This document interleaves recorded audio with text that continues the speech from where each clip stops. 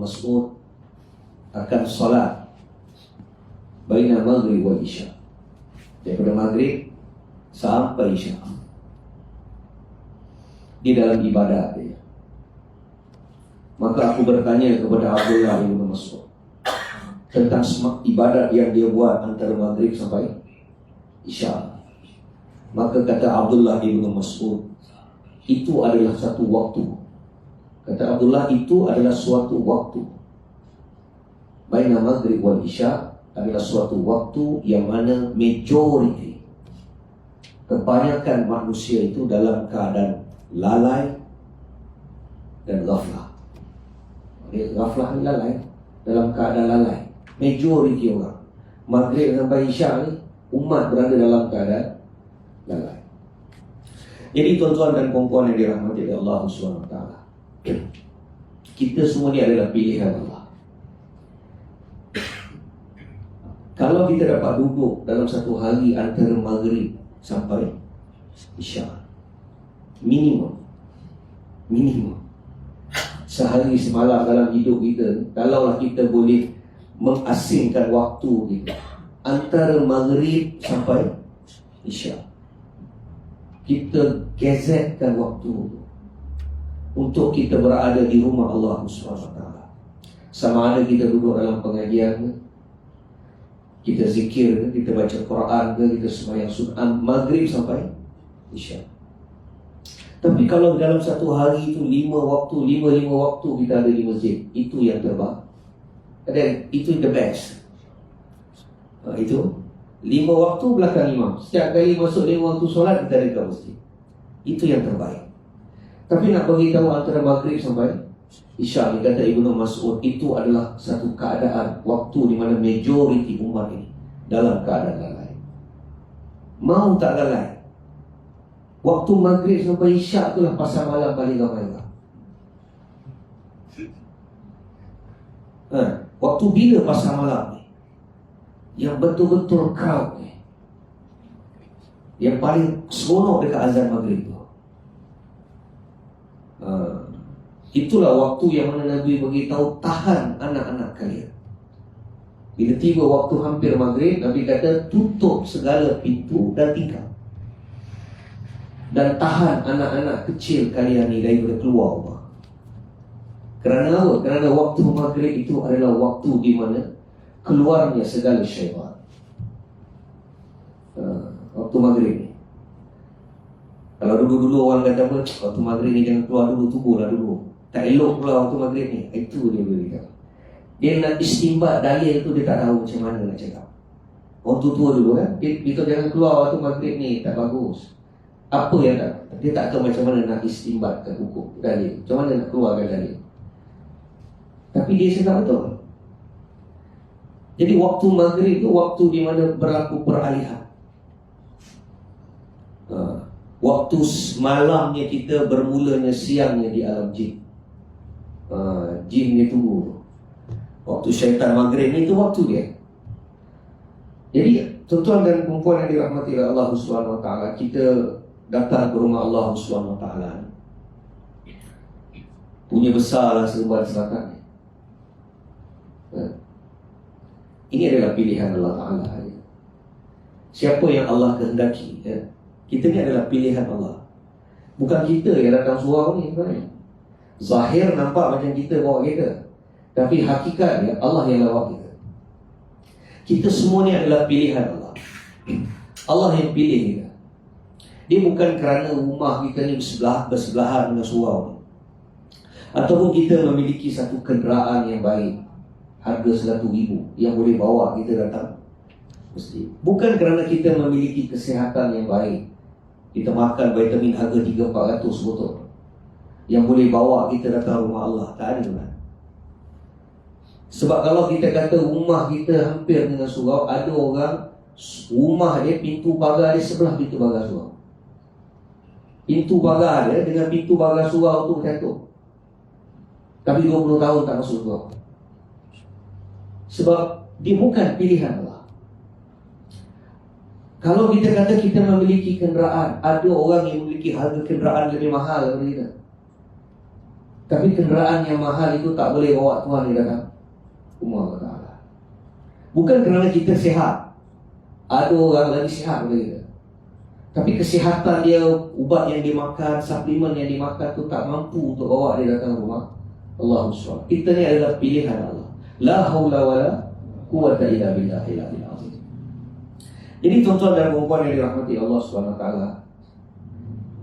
antara maghrib dan isya kita duduk muzakarah. Apa yang kita nak muzakarah? Saya tak ada kitab apa-apa. Saya hantai. Apa yang kita nak muzakarah? Tuan-tuan yang mulia, 100 tahun yang dulu kita tak ada kat surau ni. Betul tak? 100 tahun yang dulu surau ni tak ada. Dan saya rasa Semenanjung Selatan ni pun tak wujud.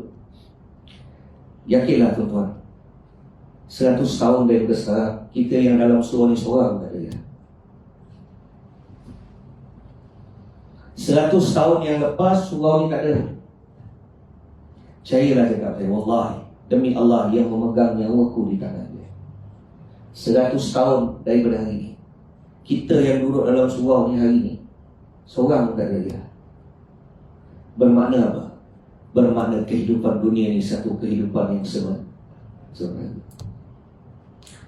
Segala kenikmatan yang kita hadapi, yang kita miliki hari ini akan lenyap, akan habis. Kesenangan, kehidupan, perasaan cinta pada pasangan, pada anak-anak, suka cinta pada pekerjaan, cinta kepada harta kekayaan, cinta kepada segala kesenangan dan kenikmatan dunia. Wallahi, kita akan tinggalkan segala benda. Itu pesan nama dia, meninggalkan dunia. Bukan dunia tinggalkan kita, kita yang tinggalkan dunia. Dan umur ni, Allah bagi kita umur 40, 50, 60, 70, 80. Ada peluang boleh pergi 90. Itu kalau nasib. Boleh jadi macam Queen Elizabeth, kan? Tapi lah kalaulah hidup 1000 tahun sekalipun, mati tanpa iman, gagal buat selama-lamanya. Gagal. Kalau hidup 1000 tahun sekalipun, mati tanpa iman, wallahi gagal buat selama-lamanya. Rugi dan gagal. Tuan-tuan, kalaulah satu orang mama jual cendol,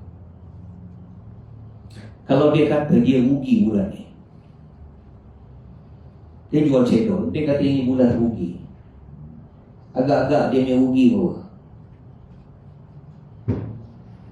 Mungkin 2-3 ribu, mungkin tak sampai 1000 jual cendol, ini rugi.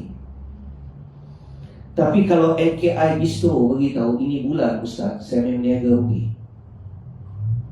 dia punya rugi mungkin main belas ribu. Tapi kalau satu syarikat korporat, dia beritahu bulan ni, tahun ni dia rugi, dia punya rugi ratus ribu. Kalau kerajaan negeri Sembilan, NB buat keputusan beritahu laporan kerajaan negeri rugi, dia punya rugi puluh juta. Kalau kerajaan Perdana Menteri Ismail Sabri, dia beritahu hari ini kerajaan Malaysia rugi, dia punya rugi ratus juta, boleh sampai bilion. Kalau kerajaan United States of America beritahu kerajaan dia rugi, dia punya rugi trilion. Tapi kalau Allah kata rugi, kalau Allah mengatakan rugi, yakni zat yang menguasai seluruh kerajaan langit dan bumi, dia punya rugi infinity. Kalau Allah kata rugi, kalau Allah kata gagal tu, perkataan gagal tu tak boleh menguraikan kegagalan. Bila Allah guna perkataan wal asr, Allah kata bersumpah demi masa. Ulama tafsir mengatakan, sebahagian mengatakan demi waktu asar. Sebagai kata demi waktu, demi masa. Innal insana lafi. Allah kata innal insana, Allah bersumpah sesungguhnya manusia itu sentiasa dalam keadaan rugi. Jadi bila Allah kata rugi, dia rugi lebih daripada triliun. Dan Allah bersumpah dengan waktu asar. Sebab apa waktu asar? Sebab waktu asar dengan maghrib ni waktu yang pendek. Asar dengan maghrib ni pendek je waktu dia. Adam alaihissalam, Allah ciptakan dia pada waktu asar. Dia tersingkir daripada syurga waktu maghrib. Dia hidup antara asar dengan maghrib. Tapi kena ingat, waktu tu waktu syurga. Waktu syurga. Antara asar dengan maghrib. Dalam antara asar dengan maghrib itulah Allah ciptakan Hawa. Dalam waktu itulah dia nikah dengan Hawa. Waktu itulah dia berseronok dengan Hawa. Waktu itulah dia melanggari. Dia tak buat apa-apa, tuan. Allah kata, wahai Adam, jangan fi hadhihi syajarah, jangan kau menghampiri pohon tu je, kata Allah. Allah ada satu pohon larangan, tu je. Jangan menghampiri tempat tu, kata Allah. Tapi ujian Allah Ta'ala atas Adam AS, melanggari larangan Allah. Akhirnya asbab tu Allah keluarkan daripada syurga. Itu je. Adam bukan berzina, Adam bukan tinggal solat, Adam bukan buat maksiat yang umumnya Bani keturunan Adam buat. Dia hanya menghampiri pohon itu, larangan Allah, sehingga Allah keluarkan dia. Dan Adam alaihissalam, structure. Bila sahabat tanya Nabi, ya Rasulullah, berapa besar Adam ni? Adam ni berapa besar? Sebab Nabi ketika dilahirkan sampai Nabi Isra wal Mi'raj, Nabi tidak melihat Nabi-Nabi, melainkan Allah takdirkan Nabi melalui Isra wal Mi'raj. Subhanalladzi asra bi 'abdihi lailan minal masjidil haram ila al-masjidil aqsa. Allah jalankan Nabi sallallahu alaihi wasallam daripada Masjidil Haram ke Masjidil Aqsa. Allah isra'kan, kemudian Allah mi'rajkan Nabi melalui satu perjalanan yang panjang. Langit pertama, langit kedua, langit ketiga. Setiap langit Allah tempatkan nabi-nabi yang Allah kehendaki. Nabi lihat Adam alaihissalam, bapa bagi seluruh manusia. Jadi sahabat kata, ya Rasulullah, Adam ni berapa besar? Macam mana structure dia? Nabi sallallahu alaihi wasallam kata, Adam alaihissalam tinggi dia 60 zirah. 60 zirah bersamaan dengan 30 meter. Lebih tinggi daripada pokok kelapa. Pergi jekyll, masuk jekyll, berapa meter nak apa? Kain. Budak perempuan jekyll tu selagi kita tak keluar, tak beli, dia tak bagi kita keluar. Dia ikut, dia botot kita keluar. Betul tak tuan? Cuba masuk jekyll tu, lega masuk jekyll, sama datang dia ikut dia gitu. Rimas tapi dah ikut kerja dia kan. Selagi kita tak beli barang, ni rekod ni jekyll orang. Tapi tak apalah, beritahu dengan bos jekyll lah, saya beritahu. Dia ikut dia kita, tapi maknanya itu kerja dia. Dia kena pastikan setiap pelanggan yang masuk tu beli. Dan pembaris meter tu ada kat dia. Biasa beli jual 5 meter, tarik 5, 1, 2. Kira lah pembaris tu 30 pembaris tu 30 meter. Saya rasa daripada hujung sampai sejauh ni pun tak habis 30 meter lagi. Nabi kata 60 zirah tinggi dia, bersamaan dengan 30 meter. Tinggi Adam alaihissalam.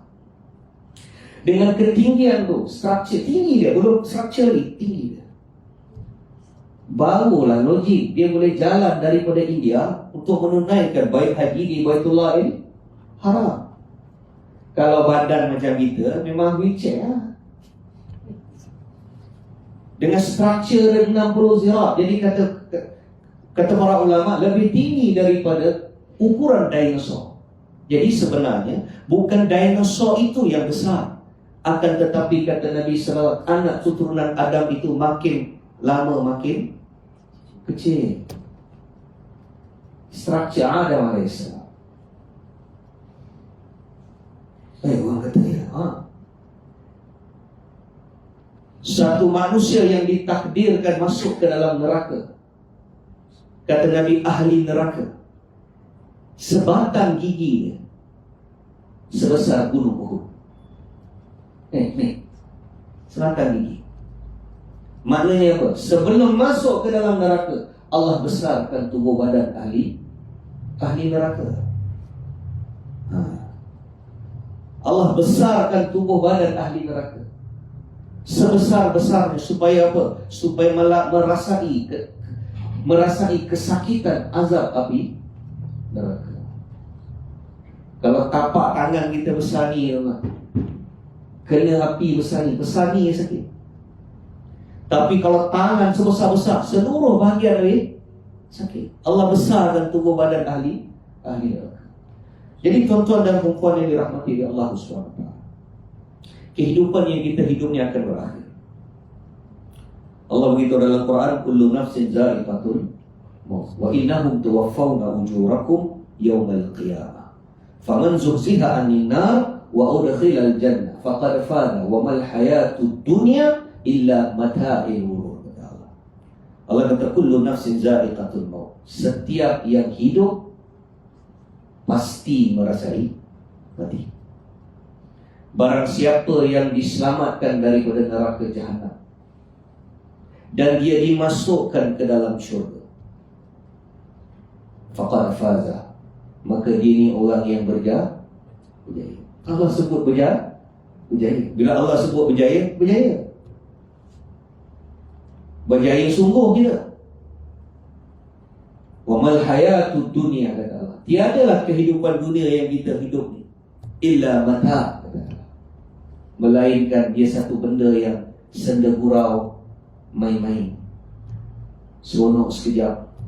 Dia macam kata para ulama, dia macam orang yang mimpi. Dia dalam tidur. Dalam tidur dia berjalan dalam hutan, tengah berjalan dekat ladang sawit dia. Kan sawit tengah mahal kan? Jalan ladang sawit, ada sarang sawit 10 ekar. Seronok jalan ke ladang sawit, tiba-tiba celah-celah ladang sawit tu keluar harimau Siberia, berat dia 500 kilo. Harimau Siberia kan, bukan harimau Malaya. Harimau Siberia kalau dia berdiri, hujur kaki dia sampai sini tu. Harimau Siberia, berat dia 500 kilo. Dia tengok harimau Siberia ni, saya kata, ya Allah, koyak badan. Koyak badan. Kalau harimau Siberia 500 kilo kekam kita, koyak. Dia berdiri lebih tinggi pada Mak Saleh yang 7 kaki tu. Keluar harimau Siberia daripada ladang kelapa sawit tu, bertembung dengan kita. Kita pun tengok dia, ya Allah, paralyzed pun boleh lari. Kalau paralyzed pun boleh lari. Kita pun tengok dia, kita pun lari sekuat kita. Lari, kita tengok dia kejar kita, kita lari sekuat kita. Dalam kita lari, kita dalam tidur. Tiba-tiba terbangun kita daripada tiduran kita, tapi jantung masih laju. Ya Allah, mimpi rupanya, tapi takut dia tu real. Kan? Mimpi itu real dan takut itu real, sehingga jantung tu masih berdebar. Tapi mimpi rupanya. Kata para ulama, begitulah kehidupan dunia kalian. Akan tiba satu waktu, tiba-tiba kita terbangun daripada tiduran kita. Tahu-tahu kita bangun dalam kuburan kita. Allah dah mati. Dah mati. Habis kehidupan dunia. 60-70 tahun hidup tu habis. Berlalu dah. Dunia pun tak nak kita lagi, tuan-tuan. Yang katakan masuk kubur, masa kita hidup dekat dunia pun dah tak nak kita lagi dah. Apa dalil dia? Kat pejabat. Bagus macam mana kerja masuk 60, get up lah. Get up. Tak payah minta sama kontrak lagi. Orang benci. Orang benci.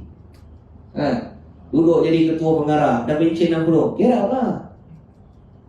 Sebab timbalan KP nak naik. Dia pun geram dalam bilik tu.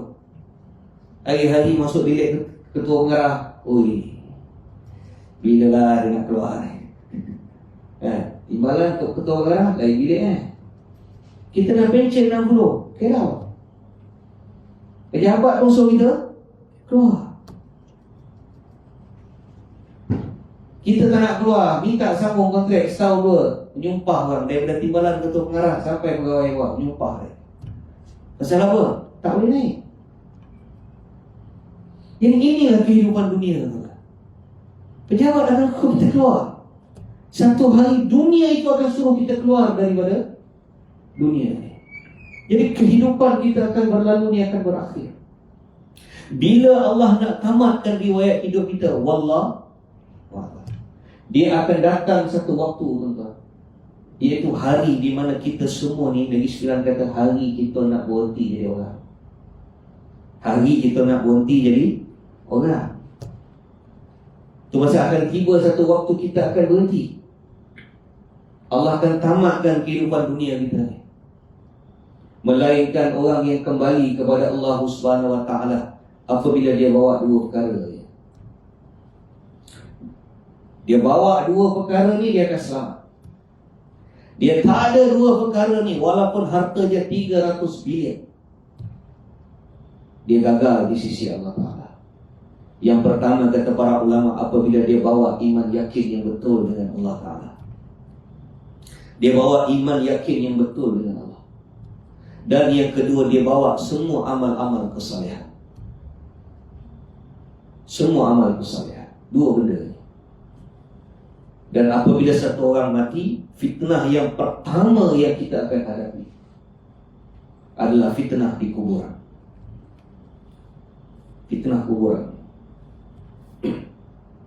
Kata dalam kitab yang saya mengajar pada bab yang ke-54, hadis Bara ibn Azib yang masyhur. Sayyidina Bara, ada satu hadis, satu sahabat nama dia Bara ibn Azib. Hadis Al-Bara ibn Azib radhiyallahu anhu. Kata Al-Bara, satu ketika, satu hari, ada seorang lelaki Madinah Ansar meninggal dunia. Kami uruskan jenazahnya, kami mandikan dia, kami kafankan dia. Kemudian kami angkat jenazahnya untuk dikebumikan. Kami maklumkan pada Nabi Sallallahu Alaihi Wasallam. Nabi bersama kami. Dia tak sebut siapa yang meninggal. Dalam hadis tu tak disebut siapa nama sahabat, tapi seorang lelaki dari kalangan Ansar, kata Al-Bara ibn Azib. Jadi kami bawa jenazah. Dalam kami bawa jenazah ni untuk kami sempurnakan perkebumian. Bila kami sampai di kuburan, kami dapati lubang kubur belum sempurna digali. Mana masih tengah korek lagi. Manual, tuan-tuan, manual. Dia tak pakai JCB. Dia manual. Gali kubur manual ni, kalau setakat 2 orang, sekarang 3-4 boleh. 2 jam, lebih kurang 2 jam. Bukan senang gali manual ni. Orang tak biasa pegang cangkul. Kalau dia, jangan gali kubur, lepas tanam, tarik tanah tu, malam, pam, belakang. Besok pagi demam buat. Kalau tak biasa pegang cangkul, dia tarik tanah tu, bukan gali ketika nak kampus. Kalau tak biasa pegang cangkul, jangan terjun dulu. Jadi kata barang Nabi, kami sampai kami dapati lubang itu belum sempurna digali. Maka Nabi perintahkan supaya jenazah itu diletakkan di tepi kuburan. Kemudian kata Bara, Nabi duduk. Nabi duduk. Kemudian di tangan di sebelah Nabi itu, Nabi capai satu ranting kayu. Ada ranting. Nabi capai ranting. Kemudian Nabi menundukkan wajahnya. Nabi senyap. Kata Al-Barra, kami duduk, para sahabat kami duduk mengelilingi Nabi, dan kami semua diam. Tak ada seorang pun di kalangan kami yang bercakap, bergerak, tak ada. Sehingga kata Al-Barra, kalaulah ada burung boleh bertenggek di atas pundak kami. Maknanya apa? Tak bercakap. Jauh sekali main telefon. Jauh sekali daripada main telefon. Tak gerak. Nabi pegang lantai itu, dah kami diam. Nabi pun diam. Kemudian Nabi SAW mengguriskan sesuatu di tanah. Nabi ambil lantai itu, Nabi guris. Gurisan itu seperti orang yang sedang berfikir. Guris. Kemudian kata Al-Barra, aku lihat. Kemudian Nabi SAW mengangkat wajahnya ke langit. Nabi angkat wajah ke langit. Kemudian Nabi tunduk ke bawah. Nabi kata, Ista'idhu billahi min adzabil qabr. Thalatha umrah. Nabi kata, Ista'idhu billahi min adzabil qabr. Nabi kata, mohonlah perlindungan kepada Allah, kata Nabi, daripada siksa kuburan. Thalatha umrah. Kata Barra, 3 kali Nabi sebut benda. Nabi kata, mohonlah perlindungan kepada Allah daripada siksa kubur. Nabi kata, tidak pernah aku menyaksikan satu penyaksian yang lebih menakutkan daripada apa yang tersimpan di dalam kubur. Kubur dia boleh jadi satu taman daripada taman-taman syurga, atau dia jadi satu lembah antara lembah-lembah neraka. Dua dia lembah. Kita masuk je barzah, tuan-tuan, dua dia kehidupan kita. Sama ada kuburan kita jadi satu taman daripada taman-taman syurga, ataupun satu lembah antara lembah-lembah neraka. Dia tak ada nombor 3. Dia tak ada barzah, dia tak ada neraka pun tak ada, syurga dia tak ada. Dia satu taman antara taman-taman syurga, atau satu lembah antara lembah-lembah neraka. Itu je. Jadi kata Nabi, mohonlah perlindungan kepada Allah daripada siksa kuburan. Itu sebab Umar bin Abdul Aziz rahmatullah alaih, bukan Umar bin Al-Khattab, tapi Umar bin Abdul Aziz. Kau isyak berapa 8? Berapa saya nak berhenti ni? Lul, kena tanya dulu. Tak 45 boleh? Sebelum bersulat kita tanya dulu. Jadi Nabi kata, mohonlah perlindungan. Kata Umar bin Abdul Aziz. Umar bin Abdul Aziz ni, dia adalah Khalifah Bani Umayyah yang ke-8. Lepas Sayyidina Ali dibunuh, kekhalifahan diserahkan kepada Al-Hasan. Kemudian Al-Hasan menyerahkan kekhalifahan kepada Muawiyah bin Abi Sufyan. Bermulalah era pemerintahan Bani Umayyah. Muawiyah ni sahabat, anak Abu Sufyan. Daripada Muawiyah sampai yang ke-8, khalifah yang ke-8. Yang ke-8 itu adalah Umar bin Abdul Aziz. Dalam seluruh khalifah Bani Umayyah, selain daripada Muawiyah, dia sahabat major yang antara semua khalifah ni yang paling tinggi ketakwaan dia, sehingga dia digelar sebagai Mujaddid. Sehingga dia setiap zaman ni ada apa? Allah utuskan setiap 101 kurun, 100 tahun ada Mujaddid. Imam Ibn Hajar Al-Asqalani menukilkan salah satu daripada Umar bin Abdul Aziz. Jadi Umar bin Abdul Aziz ni sebelum dia jadi khalifah, atas daripada dia, yang kelima, dia ada Abdul Malik, dia ada Marwan bin Al-Hakam, khalifah. Bawah daripada Marwan bin Al-Hakam, dia ada Abdul Malik bin Marwan. Bawah Abdul Malik, dia ada Yazid bin Abdul Malik. Jadi maknanya bapa pun jadi raja, mati bapa, anak sulung jadi raja. Jadi Yazid bin Abdul Malik ni, dia ada satu adik, nama dia Maslamah.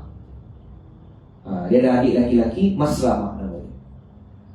Maslamah ni dia baik dengan Umar bin Abdul Aziz. Satu hari Umar bin Abdul Aziz tanya dengan Maslamah. Dia kata, "Hei Maslamah, aku nak tanya kau ni, siapakah yang mengkebumikan jenazah abang kau Yazid bin Abdul Malik?"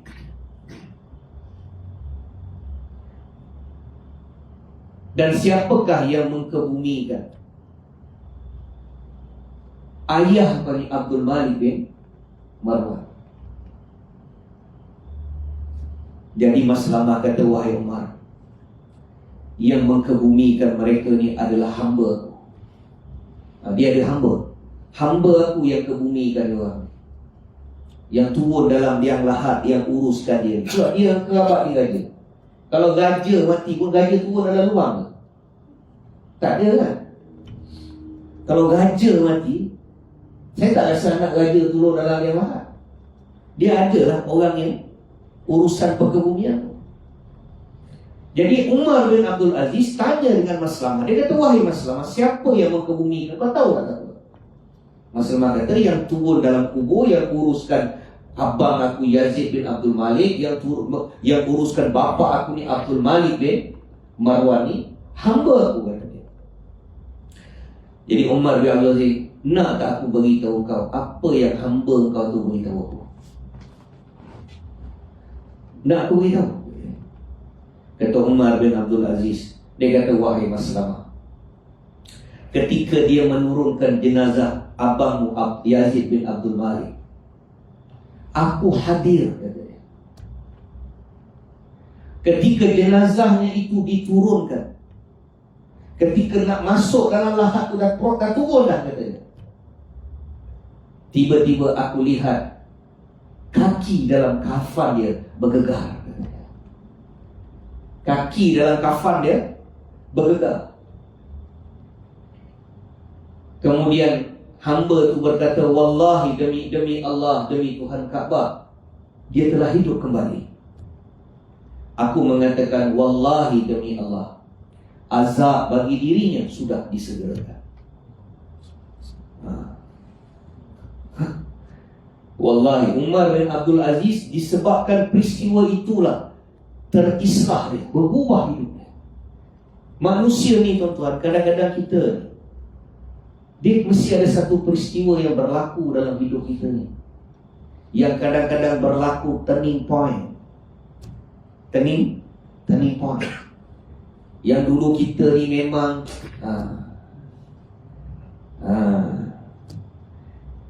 begar kan.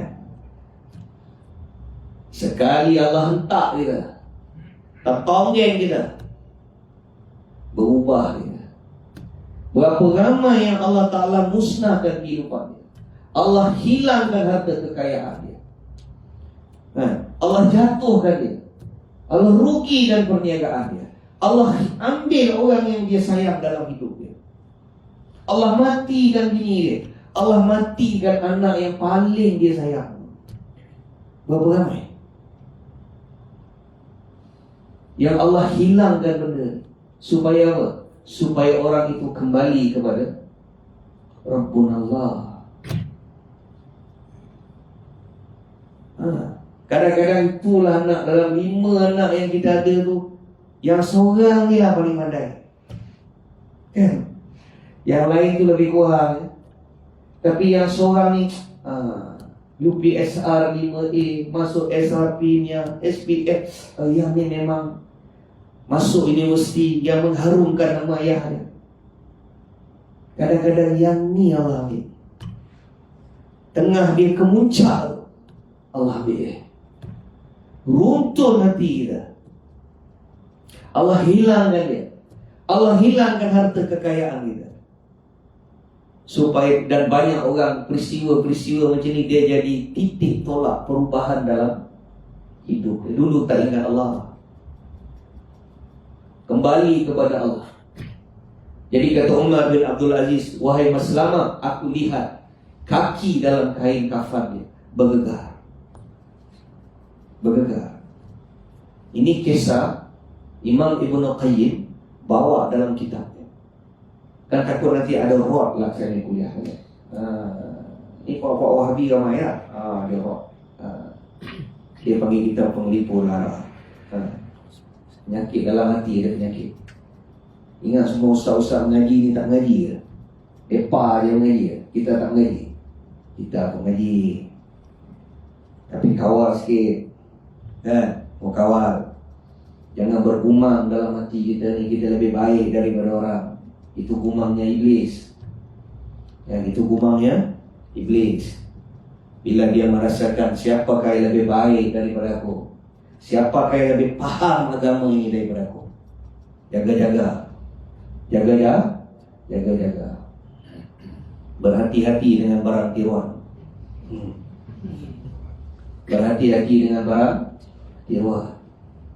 Dan ini bukan kisah-kisah kita saja bawa kisah nak bagi orang seronok, tak ada. Imam Ibnu Qayyim rahmatullah alaih menukilkan di dalam kitabnya. Ulama-ulama muktabar. Allah jadikan peristiwa ni. Dia tak selalu jadi. Dia tak selalu jadi. Dia sekali-sekala, once in a blue moon.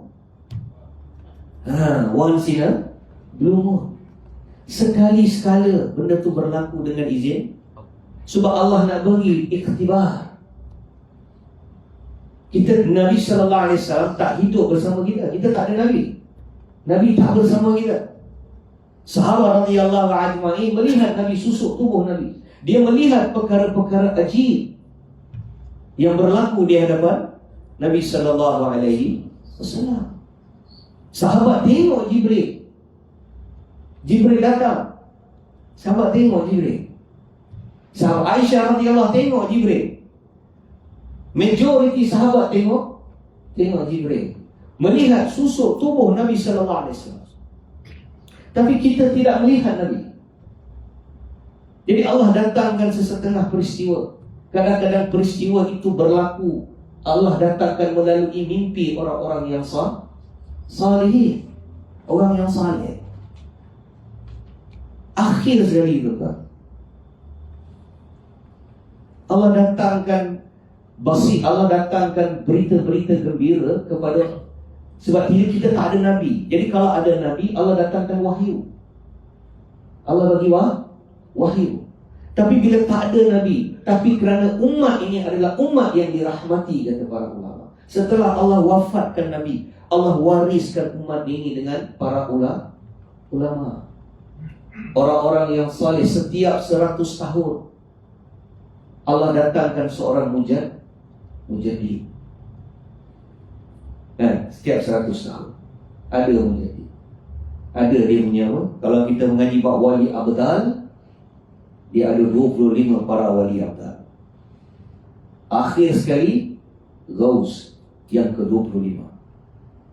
Kata para ulama 24 khalas, habis. Sekarang zaman penantian menunggu Ghaus yang ke-25. Ghaus 25 keluar, seluruh kerajaan batal. Tak ada mesyuarat agung lagi. Tak ada mesyuarat agung pun tak ada dah. Habis. Ghaus yang ke-25 bila keluar. Jadi Allah warisi bumi ini dengan orang yang, para ulama, orang-orang salihin, para ahlullah. Kan? Setiap 100 tahun ni, satu kurun ada ahlullah, ada mujadid. Itu sebab akhir sekali tuan-tuan, Allah jadikan mimpi orang-orang yang saleh. Jangan kita pelekehkan mimpi orang saleh. Seperti mana yang berlaku kepada Al-Imam Hasan Al-Basri rahmatullah alaih. Kata Al-Imam Hasan Al-Basri rahmatullah alaih, dia adalah anak murid kepada Sayyidina Ali ibn Abi Talib radhiyallahu. Dia anak murid kesayangan. Ali radhiyallahu an fight dengan dia, bukan fight gaduh. Sebab sayangnya Ali radhiyallahu dengan Hasan Al-Basri, Ali bagi dia kerohanian tu.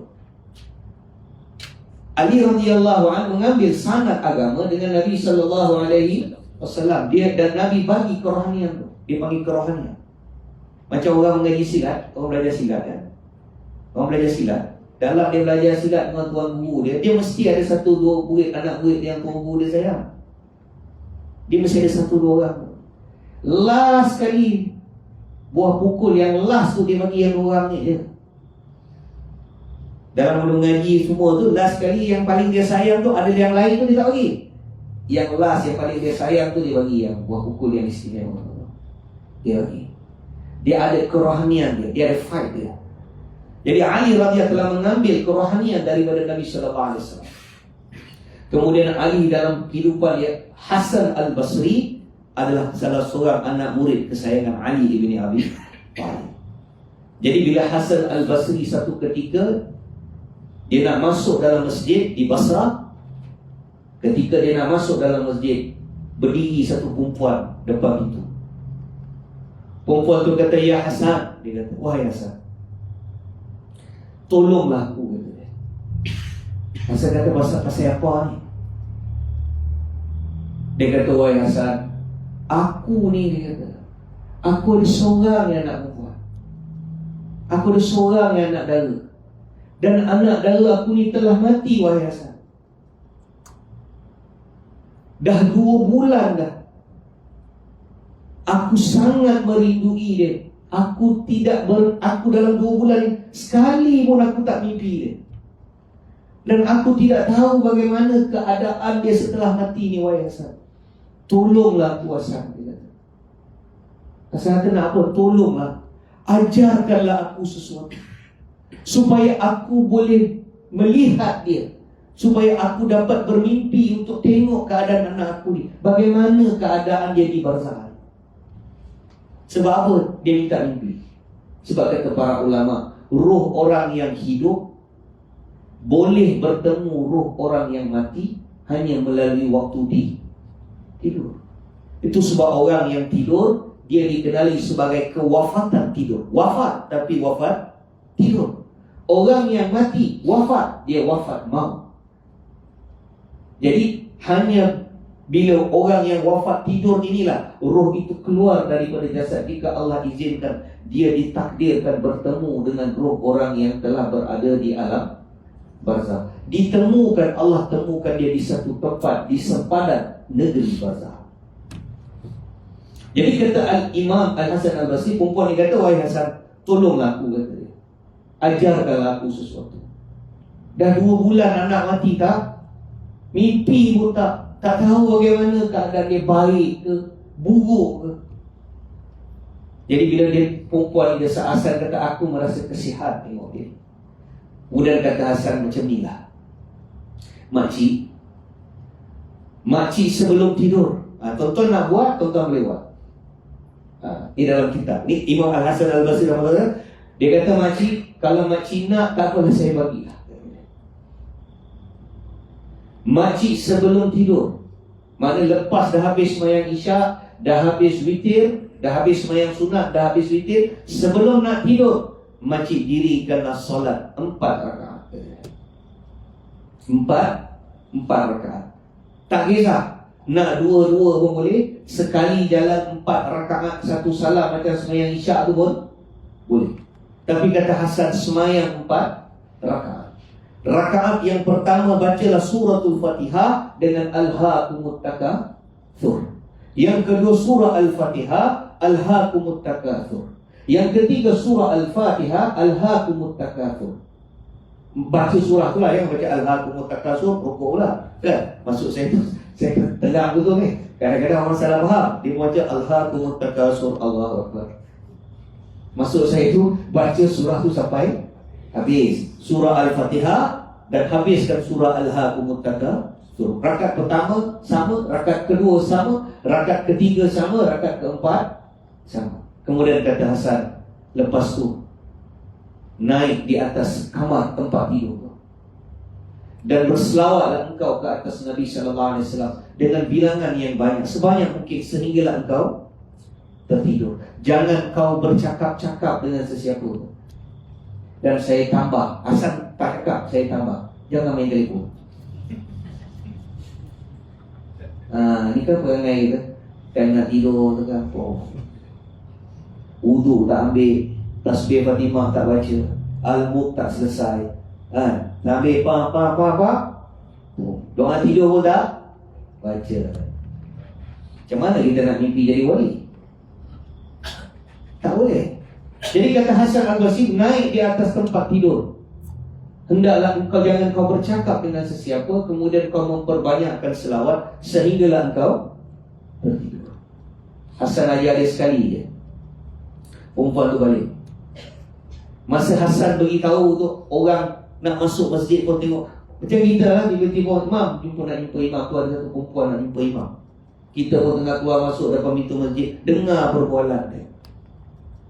Kemudian pada keesokan hari, balik perempuan tu, dia buat semayang tu. Tuan-tuan, orang bila tersepit, orang bila tersepit, susah, kita suruh dia baca Ya Latif 15,000 kali pun dia boleh habis. Bila tersepit, anak tengah koma, tak boleh buat apa, doktor kata tak boleh buat apa-apa, tolonglah imam, makcik 100 rakaat semayang aja, buat makcik tu. Jadi perempuan ni balik, dia buat malam tu, dia buat. Bila dia buat malam tu, Allah takdirkan, Allah memperjalankan roh dia, Allah temukan dia dengan, bila dia bertemu dengan anak dia, meraung dia. Bila anak dia datang dalam keadaan berantai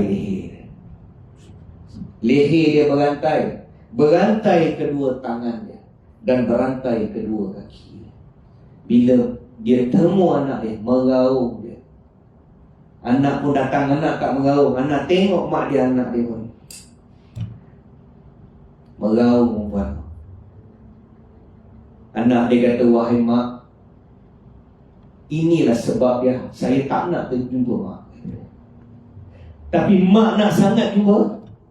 Mak nak sangat jumpa saya, tapi saya tak nak jumpa mak.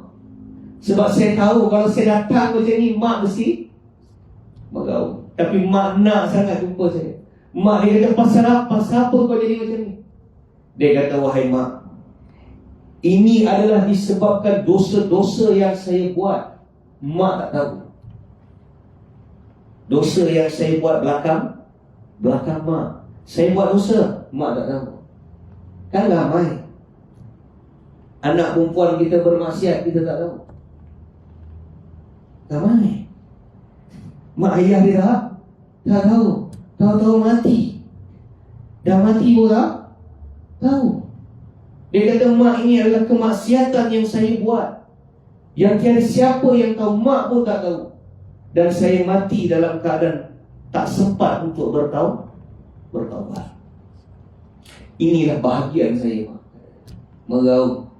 Terbangun mak dia. Sepanjang malam tu menangis. Tak sabar tunggu subuh. Sebelum Bilal azan, mak dia dah depan masjid. Tunggu siapa? Tunggu Hasan. Bila Hasan Al-Basri datang depan pintu masjid, meraung mak dia. Mak dia meraung. Bila meraung, Hasan Al-Basri rahmatullah alaihi dia. Lepas perempuan tu dah luahkan ke Hasan, Hasan kata, makcik doa lah untuk dia, makcik bersedekah lah untuk dia, mudah-mudahan Allah selamatkan dia. Itu yang Hasan kata. Bila perempuan tu pergi, orang yang ada kat masjid tu terpegun. Akhirnya orang datang kata, wahai Hasan, pasal apa perempuan tu? Hasan kata, itulah sebabnya aku tak nak ajar perempuan ni, tapi dia nak sangat. Dia desak aku, dia nak amal tu. Aku tak nak bagi dia, tapi kerana desak aku bagi. Pasal tu aku tak nak bagi, sebab aku tahu, aku bimbang dia akan jadi macam ni. Dia jadi trauma. Akhirnya dia balik. Kemudian selang beberapa hari, dia sedekah orang-orang fakir miskin makan, bagi orang makan. Sedekah atas nama, saban hari, saban siang dan malam, senantiasa menangis, minta keampunan untuk anak dia. Selang beberapa hari, selang beberapa masa, satu malam Hasan Al-Basri rahmatullah alaih balik daripada rumah lepas sembahyang Isyak. Bila dia balik ke rumah, dah habis amal ifradi dia. Dia pun waktu dia nak, dalam dia tengah sembahyang sunat, tengah apa, dia nak tidur. Di dalam tiduran dia, kata Hasan Al-Basri, aku bermimpi aku telah masuk ke suatu tempat yang begitu cantik, memiliki satu taman yang aku tahu taman itu bukan taman di dunia. Aku sampai, aku tengok tempat tu, aku tahu ini satu taman yang cantik, tapi ini bukan dekat dunia. Aku pun sedang berjalan-jalan menikmati kecantikan taman. Tiba-tiba keluar satu perempuan anak dayung. Keluar satu perempuan. Perempuan tu kata, "Ya Hasan." Dia panggil nama aku, kata Hasan. Dia kata, "Wahai Hasan." Dia kata. Hasan kata, "Kau kenal aku ke?" Hasan dia kata, "Wahai Hasan, aku mengenali kau, tapi kau tidak kenal aku." Hasan kata, "Kau ni siapa?" Dia kata, "Wahai Hasan, ingat tak engkau satu perempuan yang datang cari kau depan masjid, yang minta supaya dia ingin bertemu dengan anak dia?" Hasan kata, "Ya, aku tahu. Itu mak aku lah. Itu ibuku. Akulah anak dia." Hasan kata, "Ajib. Ajib, kalau orang kata ajib ni pelik. Ibumu mengkhabarkan kepadaku keadaan kau berbeza seperti yang aku lihat. Mak kau kata engkau dengan berantai, dengan ini, dengan keadaan kau diazab." Dia kata, "Wahai Hasan, benar. Ketika ibuku melihat aku, memang itulah keadaan aku. Akan tetapi Hasan, setelah engkau memberitahu dia perkara ini, dia pula saban hari dia menangis. Saban hari dia berdoa kepada Allah. Dia bersedekah, wahai Hasan. Dia bagi orang fakir miskin makan. Sehinggalah pada suatu hari Allah mentakdirkan lalu satu orang laki-laki yang saleh." Dia tak sebut sama. Lalu seorang laki-laki yang saleh. Jadi laki-laki ini dia lalu di kuburan kami. Dan pada waktu itu, wahai Hasan, di kawasan kuburan ini terdapat 500 jenazah yang sedang diazab. Maknanya bukan dia seorang. Kawasan kubur kami ini ada 500 jenazah yang semua kena azab. Jadi laki-laki soleh ni sedang dia lalu di kuburan kami, dia berhenti dekat kuburanku. Kemudian dia membaca selawat sebanyak 3 kali. Dia baca selawat 3 kali. Setelah dia baca selawat 3 kali, dia berdoa untuk pengampunan atas kuburan yang ada. Dia doakan pengampunan, "Ya Allah, ampunkanlah penghuni-penghuni kubur." Dengan asbab selawat yang dia baca, dia mohon pengampunan.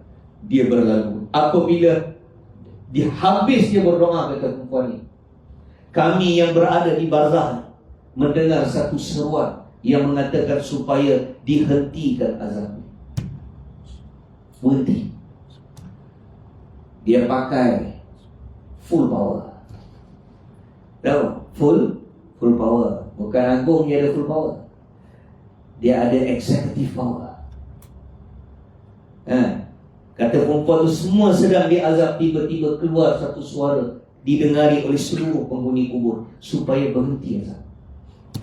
Disebabkan 3 kali bacaan selawat yang dibaca oleh orang yang sah. Itu pasal orang soleh ni minta doa. Jangan kita konfront dia, minta doa dia. Sebab kita tak tahu dekat mana mustajab doa dia. Akhirnya diberhentikan, wahai Hasan. Dan beginilah keadaan aku, seperti mana yang engkau lihat. Kata Hasan, wallahi, dia memakai satu pakaian. Dia pakai satu macam jubah sutera. Jadi Allah tukarkan dengan sebab selawat tu daripada diazab, Allah keluar berhentikan daripada azab dan tukar kehidupan. Jadi tuan-tuan yang dirahmati oleh Allah SWT, saya beritahu kepada tuan-tuan rasa real. Tuan-tuan boleh nampak benda tu.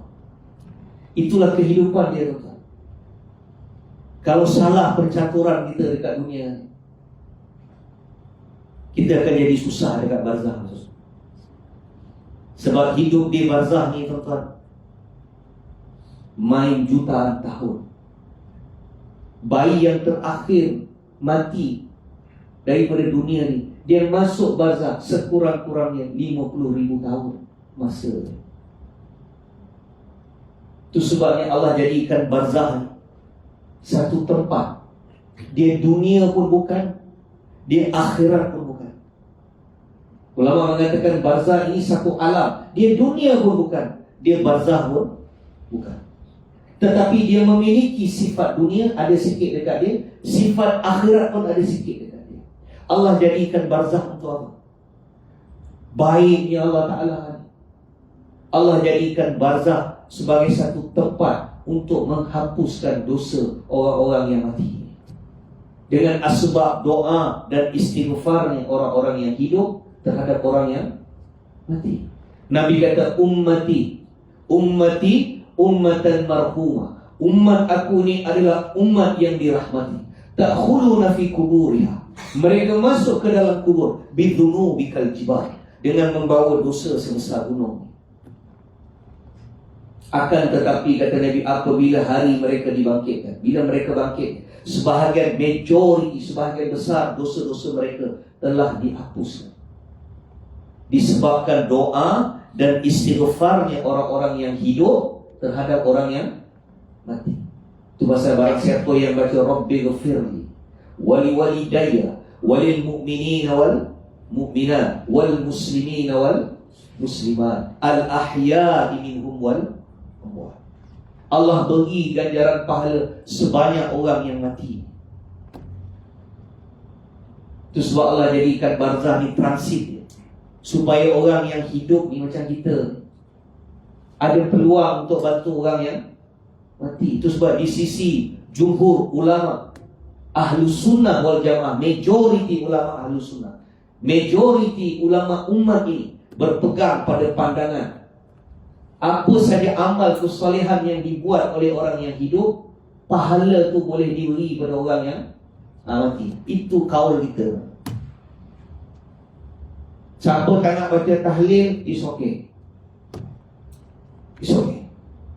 Saya tak nak buat tahlil, tak. Berpegang pada pandangan tak sampai, tak apa. Itu pandangan terpencil.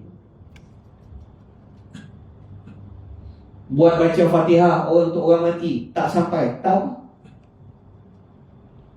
Awak sebelum mati besok pesan ke orang, pesan dekat orang, saya kalau mati jangan talqin saya, tak payah buat tahlil untuk saya 3 hari ke 7 hari, tak payah. Apa beritahu saya, jangan menyusahkan awak. Nanti orang suruh kena susah, beritahu. Tapi ijma' umat ini, kita berpegang kepada ijma' umat, iaitu apa saja amal kesalehan yang kita buat, sedekah untuk orang, kita niatkan thawab, pahala tu boleh diberi. Boleh beri. Itu perpandangan ijma' umat ni. Kalau ada pandangan yang itu tak apa. Tak ada siapa yang boleh menerangkan secara hakikat yang melainkan kita semua ni masuk dalam kubur besok. Baru kita tahu, oh beginilah kehidupan barzah. Kalaulah tak boleh doa, tak boleh apa, mana mungkin Nabi SAW menziarahi perkuburan Baqi' pada waktu tahajud 3:30 pagi, 4 pagi Nabi pergi kubur. Ada apa ni?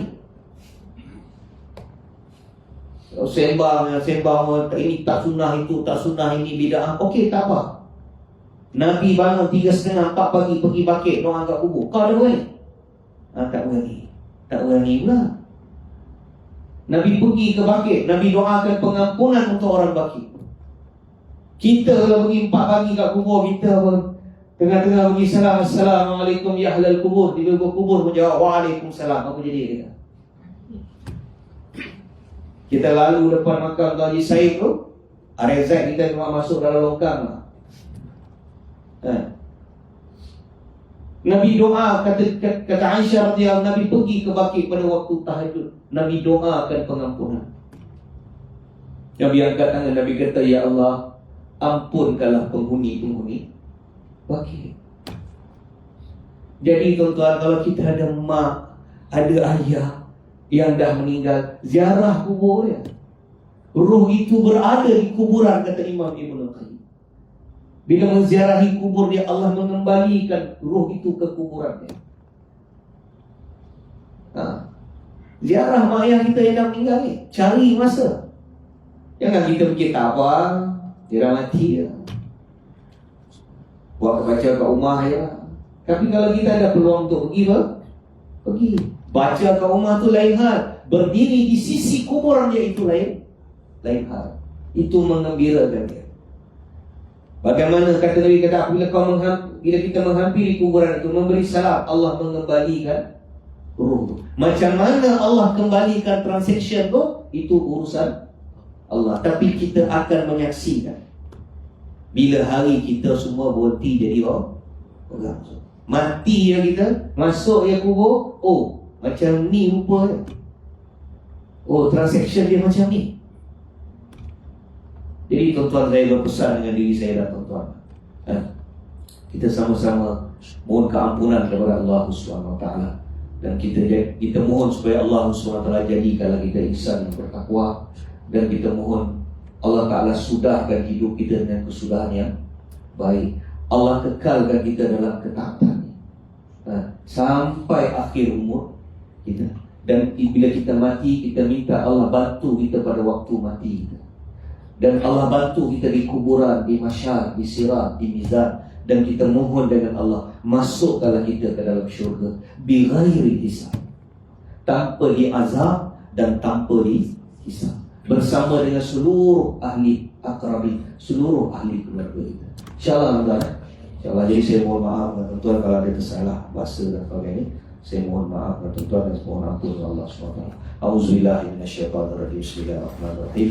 Alhamdulillahirabbil alamin, wassalatu wassalamu ala asyrafil anbiya'i wal mursalin wa ala alihi wa sahbihi ajma'in. Allahumma shalli ala sayyidina Muhammadin nabiyil ummi wa ala alihi wasallim taslima. Rabbana ighfir lana wa liwalidayna wa lil mu'minina yawma yaqumul hisab. Rabbirhamhuma kama rabbayana shaghira. Rabbana atina fid dunya hasanah wa fil akhirati hasanah wa qina adzabannar. Wa sallallahu ala sayyidina Muhammadin nabiyil ummi wa ala alihi wa ashabihi wasallam. Subhana rabbika rabbil izzati amma yasifun, wa salamun alal mursalin, walhamdulillahi rabbil alamin. Assalamualaikum warahmatullahi ta'ala wabarakatuh.